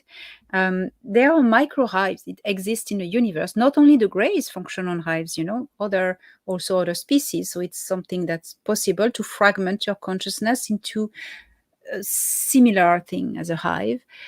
But as you, okay, you take a piece of that bucket, and then from that piece you take another, and from that another you take an. At one point, it will weaken, and the subject, the clone, will be very deficient mentally and won't function well and would die. You can't do that infinitely. All right. Well, I mean, that's interesting. You could do that indefinitely. No, you can't. You can't. How many before it's bad? I do not know. So you're saying so, and this is something that obviously has been done, right? So you're saying that Yeah. if I was like an elite on planet Earth and I could create a clone of myself, and then somehow, I mean, how is the consciousness moved? Is that technology that does that? Is that some kind of Yes, technology that I would have to have? yes, technology. You can extract consciousness from a body. There are different ways, and every species use different ways. I know reptilians use pain to fragment the consciousness. Greys use technology. Um, they can store consciousness in cubes or plasma or black goo, which is a very strange, intriguing substance, and transfer it into another body, You another said with vessel. black goo. Yes, yes, it can hold consciousness. Now the Yes, black goo, we've had that on Earth, haven't we? we have had on Earth. Oh, it's a sensitive subject, that topic Yeah, that we've I talked about am. this on the show before, the black goo with Brad Yeah, Olson. yeah. It's a pain. We are. It feeds off consciousness, if you want, and the more you plug consciousnesses into a black goo uh, uh, module or stuff, thing, I don't know how to Uh-huh. call that. The more you plug consciousness, and the more it grows.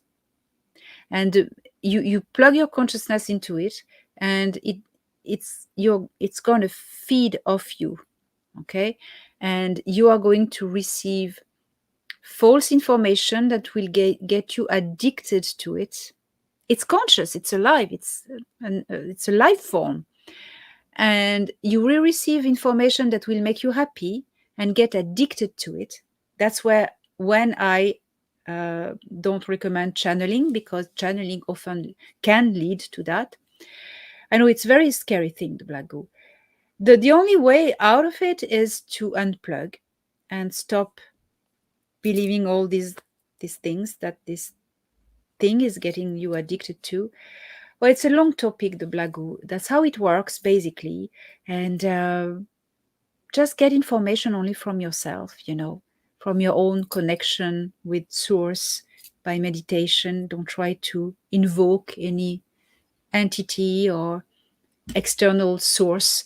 You have the power of connecting to source, and from because you are a fractal of it, and from this connection you can get all the answers you want to all your questions. Okay. Here's a question. Does only the Galactic Federation of Worlds use the original Tic Tacs, or do Terrans use them as well these days? You mean the cigar shape Yeah, shift? the Tic Yes. Tac UFO. Yeah. Yeah, so the long cigar shape shift, if that's what I understand, they are used by many people. They are a Pleiadian creation. They are used by both positive and negative factions, if we can call them like this. I don't like the terms, but that's the best way to describe them. The Federation uses them a lot.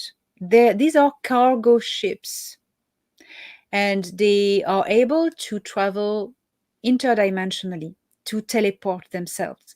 So often they transport scout ships or other ships to the other side of the galaxy, or even sometimes another dimension, or sometimes even in time. They just teleport. So that's what they are. They are used by the Federation, but also they were used by the Alcyon Talshia people who were collaborating with the Dark Fleet and the regressive faction of the Earth government. So the Dark Fleet had these as well. So when you see a cigar shaped ship, now it's good because the regressive extraterrestrials are gone. But until recently, you couldn't really make out who you were dealing with. Okay. Let's see here. Natasha has a good question about the black goo. She wants to know, is it in our food and drinks? No, no, no, because it's a consciousness. It's alive, and it is on how to say, on not the etheric plane of Earth, but it is in orbit of Earth, in the upper layer of atmosphere, but it is invisible. It's a it's an organic consciousness, but it is not physical, you know. So that's what it is. And when it really becomes physical in certain conditions, it looks like a black goo. It looks like a black blob, very wobbly, and it has its own. It moves by itself, and it can take shape. When it changes its frequency, it takes shape, physical shape, and can transform and move into anything. You can, if you would put this in the food, you would see it. You would see it. You know. All right. Gorgonzola says, how common is it for Nataru's civilization to have contacts to other galaxies? Oh, very often. At the moment you have access to technology that allows you to travel to other galaxies, first, you have contact. So that's a lot of people. And also, when you have interstellar travel level, I mean, level 4 in the scale, you connect with intergalactic visitors and you can go with them wherever they go. All right. So I guess everybody's stuck on the black goo. And, we're going to have to, you know what? I'll tell you Yeah. what. I'm going to avoid all of these questions about the black goo and I'm going to write them down. Can we get you back on and we'll do it? We'll focus on the black goo for a little while, like. Yes, that's not going to be a joyful topic, but let's do it. Yeah, Okay. it's Yeah. reality. It's real. So let's do it. I Yeah. mean, there seems to be a lot of questions about it. Maybe Mm. Brad Olson can join us. So I get to get That'd be the three great. of us. That'd be great. It's That'd be all great. right. Can I try to do He's, that? he- he's a very good friend of mine. Yeah, I would be. That would be lovely. All I right. spoke Well, about. I spoke about the black goo in my book, The Cedars, for those who have it. all right. Okay. Well, there you go, guys. And we'll get Brad Olson, and I'll start up a. We'll get with you after the show, and figure out what days we could do that. And that sounds like a lot of fun. So, Yeah, lovely. Allison says, is Enki an immortal with conditions, meaning he remains dependent on food and safety from killing predators? Are supraplasmic consciousnesses individuated and immortal without conditions? Okay. That's He's a an great immortal. question. That's a great question. He's an immortal. That means, okay, difference between eternal and immortal. We are all eternals. That means our soul continues to live from avatar to avatar, mortal avatar to mortal avatar. Uh, and Ki is one of the immortals. That means he has stabilized the atomic structure of his body and his DNA not to age anymore. So that's what immortality is. The body is frozen in a stopped degrading. He can modify his appearance to, we spoke about this technology, to backwards in times if he wants to look younger, but it will be the same body. He can do whatever he wants with his genetics, but the body will never decay. I've seen him eating and drinking. I think it was juice and water. He doesn't drink alcohol because alcohol is a very, very low frequency, and at his level, it couldn't. It would poison his organism as toxic. The body will heal quite rapidly, but he doesn't want to put himself through this ordeal. So he doesn't touch a drop of alcohol. There are stupid people who have claimed that he was drinking beer. That's nonsense, ignorance. He eats. He still eats. It's so no flesh, vegetables. I've seen him eating fruits and strange vegetables. He doesn't eat flesh because eating flesh is also lowering down the body frequency. Yeah, so that's what he does. All right. Well, there you go. And I guess let's wrap it up. I've got a whole bunch of questions here, guys. So don't post anymore. I'll call it in the chat, and we'll finish up the ones that we have. So thumbs up, everybody, for Elena staying a little longer. Kent Baxter said, "My understanding is that Thoth built the Great Pyramids all over the earth. Is that true?" That's a great question. So Thoth was Ningish Zida, the first scientist of Enki, one of the 7 Apkallu, and he was in fact his mentor, friend and mentor. He wasn't related to Enki physically. Well, Ea is his real name. Enki is a title. Ea is his real name. He wasn't related physically to him, but he was older than him, and he was his mentor. So Ningish Zida was involved a lot in Atlantis, and he was like there ruling when Ea was going other places. He became in charge. Ningish Zida became in charge of preserving the knowledge of the Anahim and of Atlantis. So him and his team of 6 other scientists went, and sages, they went all over the planet to hide the knowledge in halls of records, and they were all under pyramids.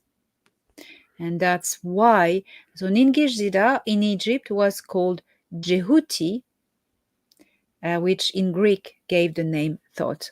Yes, he was kind of involved in the pyramids, but that was the real story.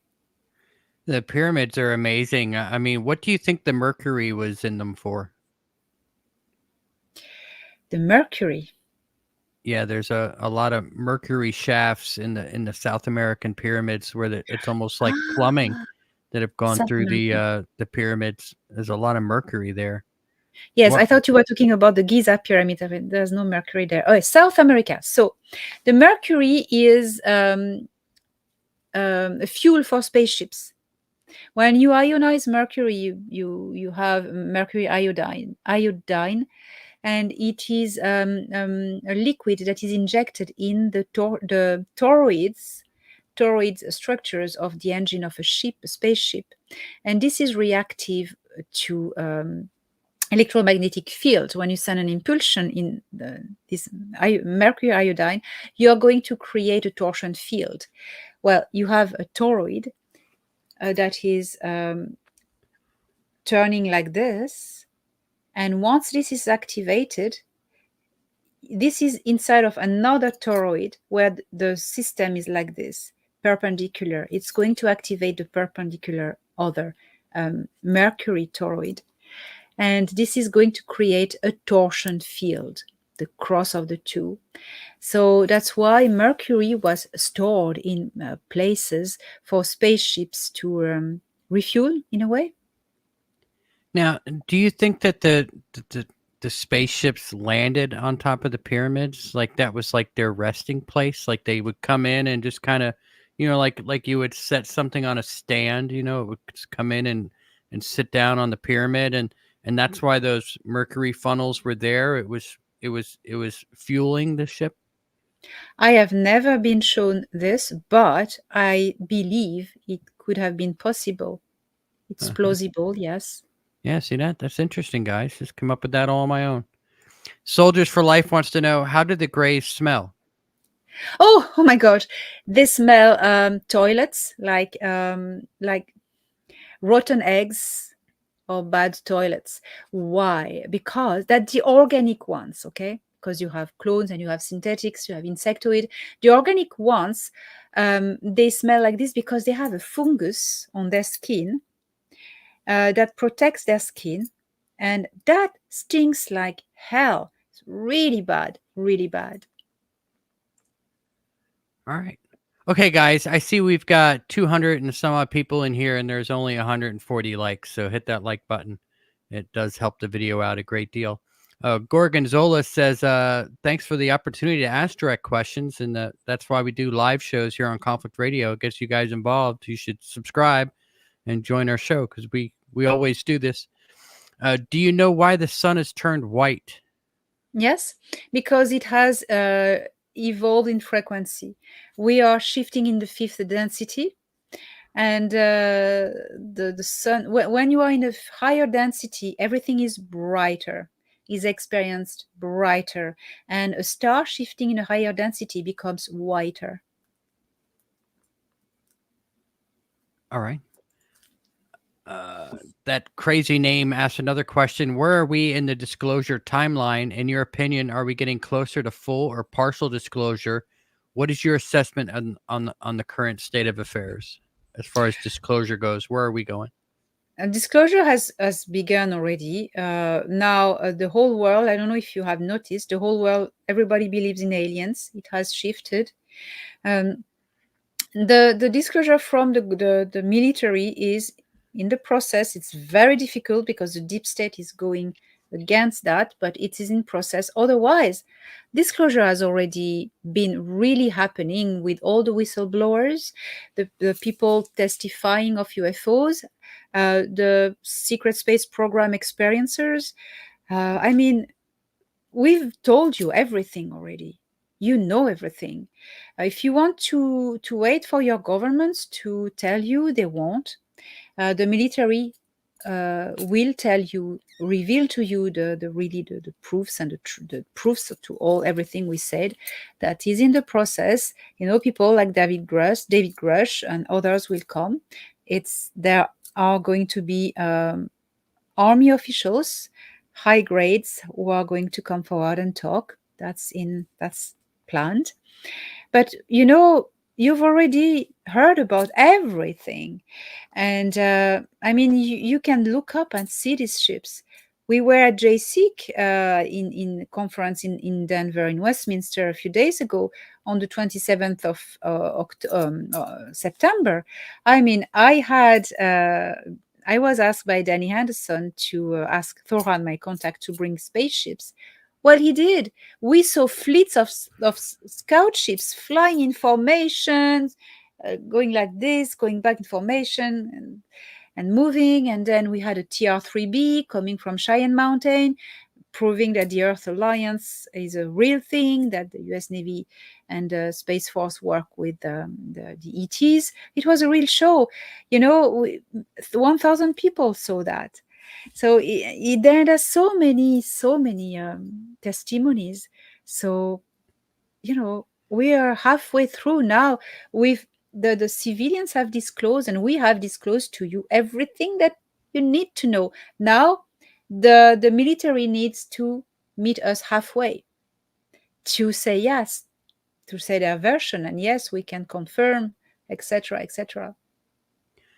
All right. Allison, she rephrased that question about consciousness earlier. So let's try it again. Good. She says that question revise. Supraplasmic consciousness. Are there only 9, or are there other types of these similar collective supraplasmic consciousnesses? Do they know each other intimately and also individually? So the 9 are something very special. They are supraplasmic consciousnesses, but they live in the void, in between the universes. So if you envision the universe as a mesh of bubble universes, and between the bubbles there's a void. That's where the 9 are. But there are other supraplasmic consciousnesses existing within the created universes. And they are either floating in space as plasma, animated plasma, or organic plasmic consciousness, like living beings with plasmic consciousness inhabiting them. There are different variants.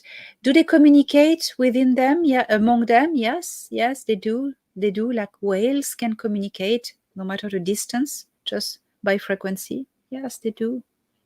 All right, so you just got very big on us all of a sudden. You're talking about multiple universes. You know, when you think about the universe, you think about the universe and all of the many galaxies that are here in our universe. Uh, is there any? I mean, you're saying that there's multiple universes and that every universe is kind of like in a bubble? Yes, yes, and for those who want more, I've been giving a talk recently at JSIC. Um, if you want all the details, the talk is available on their website, galacticspiritualinformers.com. But so you have a superstructure that is creation and creator, and this superstructure is based on the pattern of the flower of life. And every circle, in fact, it's three-dimensional. It's a bubble. It's a universe. And it goes from the infinitely small to an infinitely big. And the bigger is a universe, the greater is the scale of densities within it. You can assimilate a universe to a dimension. So consider it, every universe, as a wobbly bubble in a way. Okay, well, I mean that's pretty interesting. So basically, we have our entire universe that's full of all these solar systems. What would you call um a patch of space that has a whole bunch of universes in it? Like we have a universe that's full of galaxies. What is it that's full of universes? And are there more of those? Creation. It goes into infinitely big, you know, and infinitely small. Um, unlimited. It's unlimited. That's what I can say. So can you travel from universe to universe? Yes, at the moment when they intersect, there's overlap. You can travel easily through stargates. Now stargates go from universe to universe. Yes, Now, are all the dimension to universes dimension. are they kind of mirrors of each other, or like what you just said, dimensions? No, they're not mirrors. They're different. Stargates can take you to another dimension or universe, or to another point in space in your own universe. So there are different types of stargates. I have Oh, okay. actually experienced the two different types, and there's a difference. I hate them both. um, the first one that allows you to go to jump, teleport to one point to the other of the universe or the galaxy, or even short distance if you want. You just put your frequency code in the fluid of the it's not flat like in the movie Stargate. It's bubbles, it's round. Once you configure your destination by sending a frequency beam with the encoded information into the superfluid, you can go everywhere you want. And it's not a very enjoyable process. When you arrive, you're very dizzy, you can't think straight, you feel nauseous. It's not a great experience. You need to drink a lot of water, because water is a vorticial matter, liquid that will rebalance all the the particles of your body at the right place. But the Stargate I tried once, and I describe this in my upcoming book called as. I tried this experience, interdimensional Stargate, and that's another game, and that's horrible. Oh, I've thrown up. I was so sick arriving there, because that's another range. So it's not a pleasant experience. All right. So we're gonna let you go here in a little bit. I'll ask you a few more questions. All right. There's a few more Fine. good ones here, and then we'll let you get going. Yeah, yeah. I'm still on Colorado times. Yeah. Let's see. So that's like 7:30. It's like 7:30 p.m. if you're still in Colorado time. Yeah, yeah. That's it. The Agency of Sacred Intellect wants to know, Elena, I had a dream that I walked through a Stargate into a black sun. Does this mean anything? Oh, yes. Oh, interesting. Stars are also can be used as stargates as well.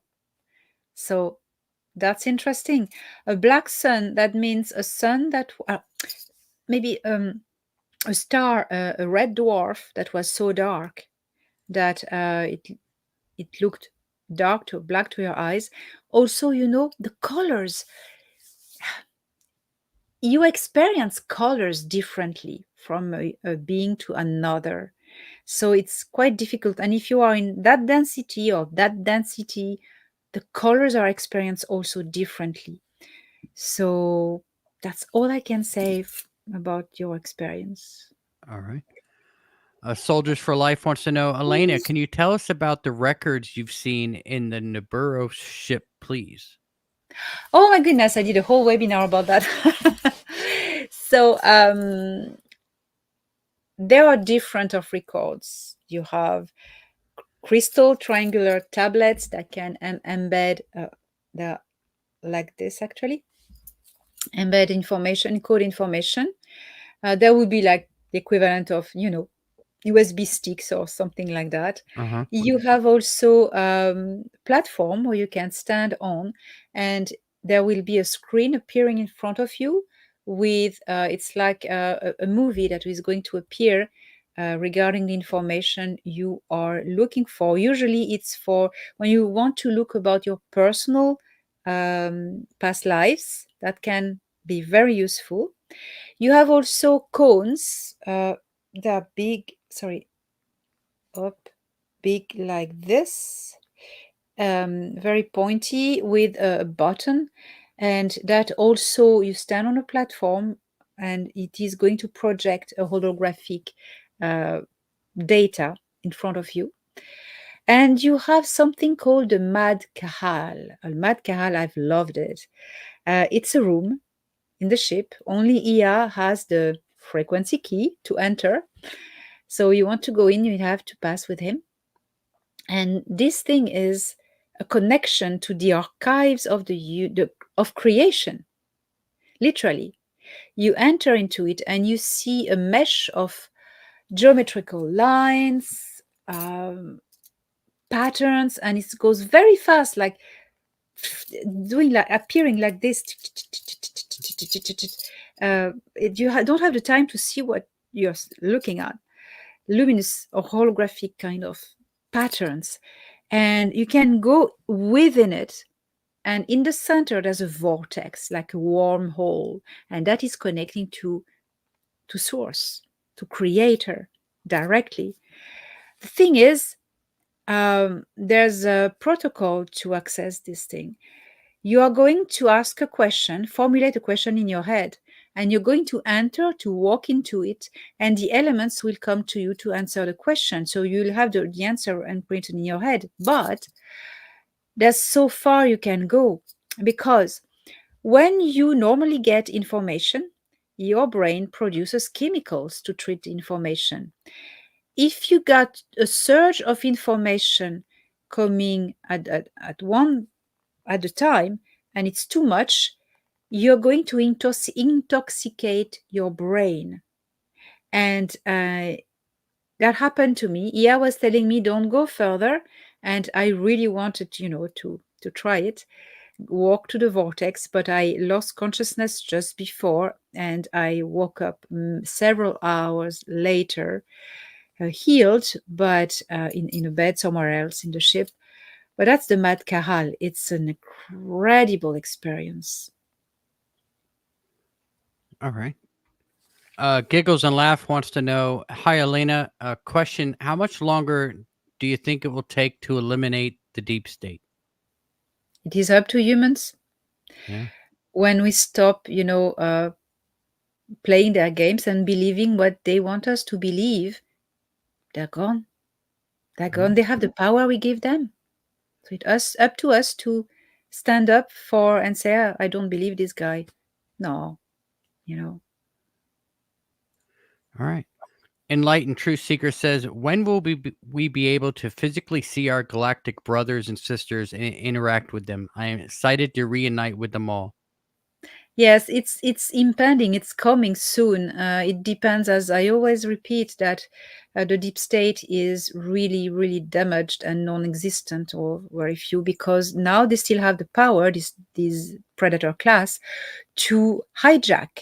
If there was a contact, a public civilian contact now, they would make everyone believe it's alien invasion. You need to see these as enemies, etc. So that's why it's postponed for the moment. But the contact has been occurring since a long time. There's this program of collaboration with the White Hat government since the 1950s.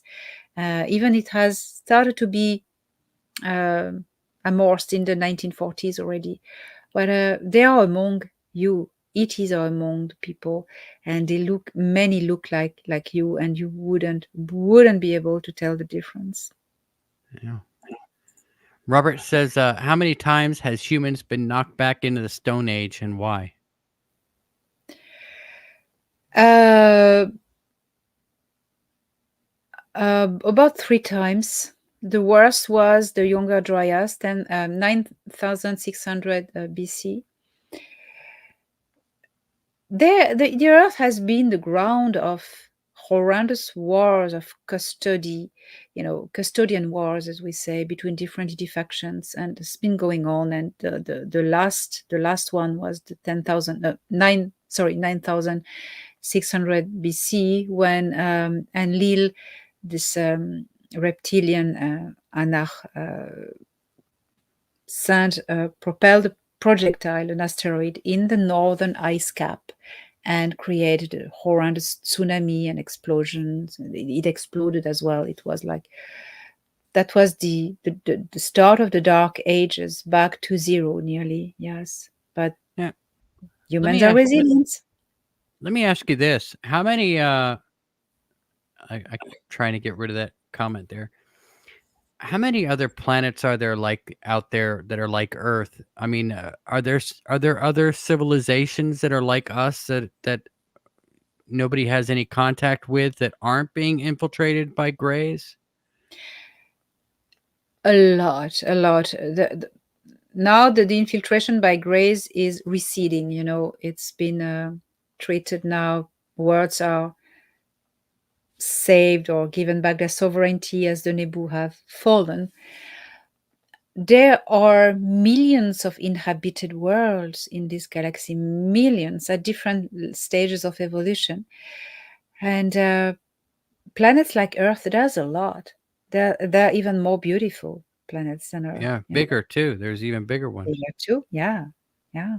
So let me ask you this: is there stuff still out there that hasn't been discovered yet, or has everything been discovered and mapped? The Galactic Federation of Worlds has mapped everything in this galaxy. Yeah. But for Earthlings, of course, there's so much to be discovered yet. Yeah, but I mean, they've figured it all out. They've got maps of Yeah. everything, Yeah. Yeah. so they know where everything is. Yeah, they Alright. have. Yeah. Yeah. Yeah. All right. Last question from Caroline Ross: who is Q in Star Trek on Earth? So very mysterious. Being Q is not a person; it's an organization, and it involves time travel. It's military white hats All right, which all have right. access to time travel technology. I know Well, what you're that's talking about, but we can't talk about that. You no. know better. Yeah. Yeah, we know all about that. Nothing can stop what is coming on this channel. We just Yeah. can't talk about it. No. They'll put me back in the timeout corner with the little dunce hat on, and I don't want to do that. Not No. today. I choose to remain on this battlefield and Yes. try to. So yeah, if you want to know what Q is on Earth, go Google it. Yeah. I try to be smart on my channel as well, and I've touched wood done well until now. Yeah, No. yeah. Every now they actually just hit me again like a couple weeks ago. They hit me with a strike and took down one of the episodes I did with Scott Mitchell, and nothing annoys me more than being taken down and given a strike just because I'm asking questions about something. I think that's so ridiculous. Yeah. Allison says a wise black mystic once said the face nose of the Sphinx is a black African man, but the regressives damaged it. Can you please verify this is fact or fiction? He said melanin is a powerful thing. Now I always thought that the Sphinx was originally a cat, like A lion. a A cat, yeah, lion. a lion A head, and lion. that you could tell it's been busted down and made into a human face. Yeah, it's been recarved at the time of the king Kefren or Khafra in the around 5000 BC in this period. And it wasn't the original face. The nose has been broken by soldiers of Napoleon, believe it or not, were shooting at it for fun. Originally, it was a lion. Yeah, yeah. It's you know, I would love to see what it really looked like before they tore it all up. I think there was a couple of them too. Actually, I think there were two of them. There is what they're saying. Elena, thank you so much for spending all this time with us and for staying over. Why don't you tell everybody where they can find you and don't go anywhere. We're gonna wrap up. I'll talk to you when it's over. Okay. Find me on elenadanaan.org. You have links to everything my webinars. I'm on Crowdcast, my books, author page. Everything is centralized on my website. Also, find me on YouTube, Elena Danaan Official. And as I said, social medias, Telegram, Instagram, Facebook, everything. X. Yeah.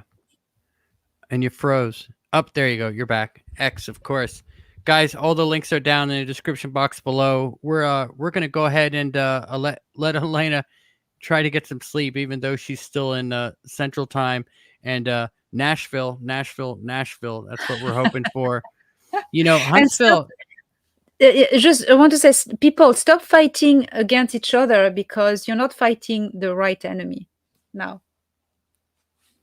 Yeah. Sorry. Well, the enemy does come into my channel every once in a while just to troll. So you might actually be fighting the enemy. Who knows? In this channel. All right. Anyways, Danny peace. Henderson, thanks for popping in. Maybe you can get us in touch with Danny. We'd love to get her on the show. And guys, we've got 180 episodes from season 1 in the members area. It's $3 a month. Check it out. They're all amazing guests, and definitely it's $3 a month on YouTube. You get access to all of season 1. So just got to throw that out there. Let everybody know it's not that much. It's less than a cup of coffee. If you want season 1, go do it. Go get it. It costs you $3. It's not a big deal. Elena, thanks so much for coming on. Remember, guys, it's Red October. There's a lot going on. Stock up on food, stock up on water, and make sure, don't just think of yourself. Think of your neighbors too. We've got a lot going on, and they're going to be reaching out to us, to anybody that with answers or anything, because it's coming. So until next time, batten down the hatches and be safe.